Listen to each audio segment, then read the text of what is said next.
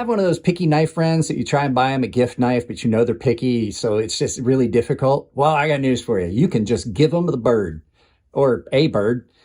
It'll make sense in a second. So guys, with the humor of the intro aside, we're going to look at 3 great knives from QSP, and we're going to start right here with the Kestrel, and hopefully that name explains the humor in the intro. Kestrel's a bird. All of these are named after birds. This is one of the best knives that I had come in last year. Jared sent this to me. It's been here for a long time. It's going to stay here because he offered me to, if I wanted to keep it. I took him up on it. Absolutely love this. This is one of the best smaller knives you're ever going to find. This thing is done in 14C28N. Burlap micarta. It is a gorgeous, gorgeous knife. Flipper and thumb stud.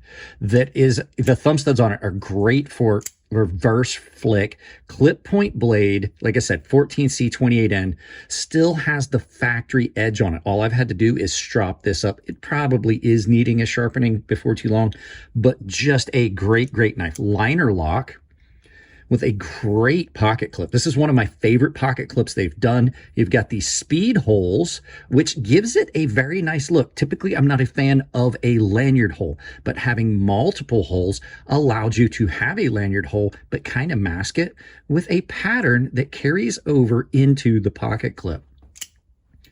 The cutting with this is just great. It has got a really good behind the edge thickness and grind. It's almost a full flat grind. It's a flat grind that comes up, but then you've got this beautiful clip point with these facets in hand.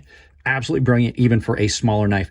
It's a smaller knife, but you can get all the way up on it. It's not uncomfortable. The flipper tab's not hot, and it's got some decent jimping up here on the spine.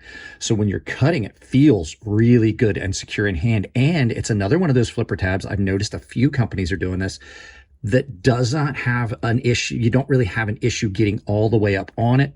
And then small sharpening choil on this. I personally think it could have come out a little bit further, but small sharpening choil on it so that you don't catch on anything, but you're still secure enough. You're not going to cut yourself.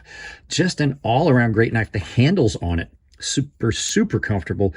They did not take this micarta down too far. And so you've got that natural grip, but it's still, you can see it's patinaed up and starting to shine in a couple places. That's from hand oils and things like that. Really secure grip on that. And then the pocket clip just completely disappears. You can't even tell it's there. Just a great, great knife to have in your pocket. Access to the lock bar is great. It is just shy of drop shut. Really, really great knife. Let's move on to the big boy in the group. We'll save the little guy for last. And it's the QSP Pelican. Now, I recently did clean up the micarta on this. QSP has got great micarta. We talked about that in the last knife. This is probably one of the best Wharncliffe knives or sheep's foot knives you're gonna find on the market, in my opinion. It's S35VN. It is a liner lock, and the blade on it, just, there's so much blade crammed in it. That's the nice thing about Wharncliffes and sheep's foot. You can cram so much knife into those handles. So you get a really good blade to handle ratio in hand. Just incredibly comfortable. Nice jimping on this one as well, all the way up the spine. You can see comes down to what is still a factory edge. I did touch this one up. This one needs sharpened too. I did touch this one up on a ceramic rod. Nice stonewash finish on this. It has done a good bit of cutting, as you can see. The nice thing about these as well, push cut with these, because it's flat, so you can get from the tip all the way down. You can cut that way. Just awesome, awesome, awesome knife. The action on this, just shy of drop shut. Really big handles that fill your hand, and they are contoured nicely. They're not completely like chamfered over, but when they knock this edge off, when they knock that edge off and milled it off, it just rounds that around in your hand. Then you've got the pocket clip, which on this one, this style pocket clip adds a little bit of thickness to the back of the handle where you kind of want it in that part of your hand, but it's not at all sharp. Brilliant in and out of pocket. Nice weight reduction inside here, so it has a really good neutral balance. This is a larger knife, but it carries really, really well. If you want lanyard, you got a big old lanyard hole right there, and then polished liners on this with a micarta backspacer. I love when companies do that. It kind of cuts costs because they already have the material, but it also looks really, really good. This has been one of my favorite knives to carry for a while now. Access to the lock bar, really, really good. They didn't over jimp anything. There's no hot spots. There's nothing sharp anywhere on this knife except where you want it on that jimping. Great, great grip on this where it drops down in so you can really power through cuts. This would be a knife I would recommend to anyone if you're wanting to look for a great knife. And this last knife, the reason I didn't do the first two do this back to back with the first one is because it's so similar. This is the Canary, which a little bit smaller than the Kestrel, very, very similar. This is an awesome little knife. I was on the fence when it first came because I was not a big fan of the color. I've gotten past that. This thing is a great, great little liner lock knife done in 14C28N, just like the first one. Thumb stud only, but this thing has really got it where it counts. This is absolutely one of the most comfortable little knives you're going to cut with. The blade grind on this, even thinner than the Kestrel, but it is such a good cutter. The finish on it has held up very well with the amount of cutting I've done.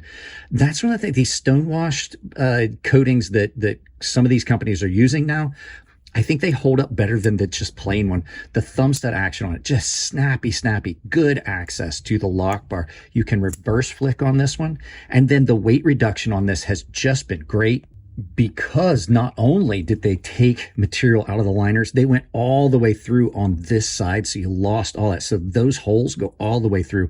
Really, really good balance on this. I love this. Reversible pocket clip with a placeholder. You got a big lanyard hole on this.